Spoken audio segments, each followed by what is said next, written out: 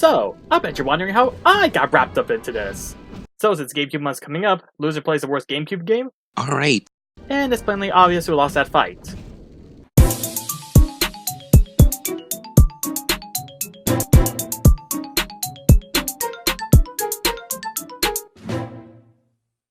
Now if you're expecting me to make fun of Aquaman in this video, well, I'm not going to because I literally don't know anything about the character.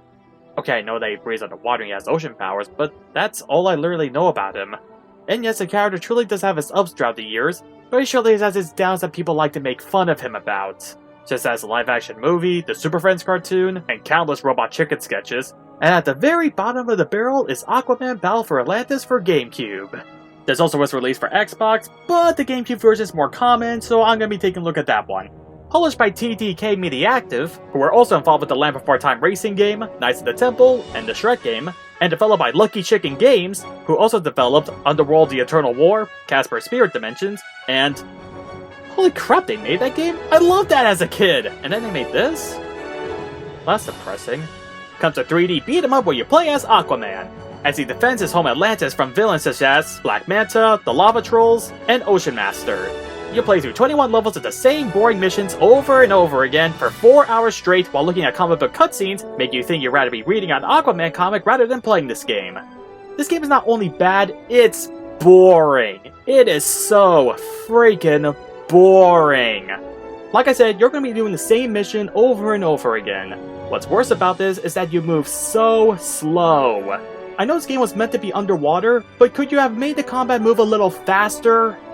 Oh yeah, there are some missions where you have to save someone or protect something, but no matter what the mission is, it's pretty much the same concept as every other mission, along with spamming the same button over and over again. Yeah, there are some combo moves for special attacks, which is probably are broken to pull off. Sometimes they're easy to pull off, but other times they don't go off no matter what you do. But let's be honest, you're just going to be pressing X, A, or Y over and over again. You can also use a Z button to call for sharks or dolphins to kill your enemies in one hit. This is actually helpful for more ways than one, such as fighting off a large group of enemies, as well as trying to end this game as fast as possible. Now there are some levels where you fly around in an aqua jet that make me want to play Rogue Squadron right now. Actually, to be honest, it actually is a nice change of pace because it has variety. Sadly, there are only 4 levels of this, as you're immediately brought back to the same boring beat-em-up. The worst part about this are the last levels of the game.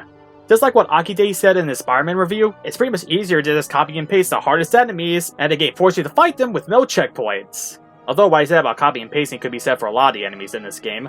But unlike Spider-Man having cheat codes allowing you to skip through the level or have infinite health, this has none of that. And the worst part about an enemy is they can grab you and you can't escape it. I also hate these shark guys that hop on you, give you a hickey, and God damn it, get off of me! Oh, apparently they can escape your grab attacks, but you can't. Figure out how that's fair. Oh, I take it back. The worst part is where you have to fight 12 enemies at once, with 0 health items and all of them gangbanging your ass. And trust me, it's pretty hard in the looks.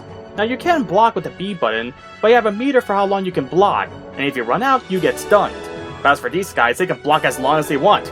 As for the boss fights, they are complete pushovers. I guess the hardest was Ocean Master because his attacks are a lot more powerful than the others, but you just get him in a corner or against a wall and just do the same combo over and over again, you basically won the game. After you beat the game, you have the option to play as either Classic Aquaman or Black Manta for a skin. But seriously, who's brain damaged enough to play this game twice just with a different skin? And as for the comic book cutscenes, you have the characters and you can animate them, but you're just having them in still shots. And seriously, there were no voice actors around? You couldn't get the interns or the janitor to voice them? Oh yeah, I'm supposed to give my score on this. You know what? How about this for a score? How about a out of 10? I am dead serious, people. Don't get this game. Don't play it just because it's so bad it might be fun. It is horrible. The worst part about this is that it's boring. Seriously, the slow, boring, repetitive combats make me want to turn this off so I can play the Arkham games again. And yes, I know that Arkham Asylum was made years later, but I'd much rather be playing that than this crap. The environments are huge, the combat is fast-paced, there's much better villain variety, and it doesn't suck. Hey there, thank you guys for watching this video. Don't forget to like, comment, subscribe to AkiDave, and also check out my channel if you have the time. Also, if you guys want to be a Patreon, the link is in the description below. All it takes is $1 a month, guys. Come on, show some love. Love you guys, and shala whatever. What's that? You want me to start making jokes about how useless Aquaman is? Ha ha ha ha ha ha! Aquaman is the king of Atlantis, whose domain pretty much encompasses the entirety of the ocean. He owns 70% of the planet. He is super strong, super fast, and he can summon Cthulhu to eat your soul if he felt like it. What issue was that?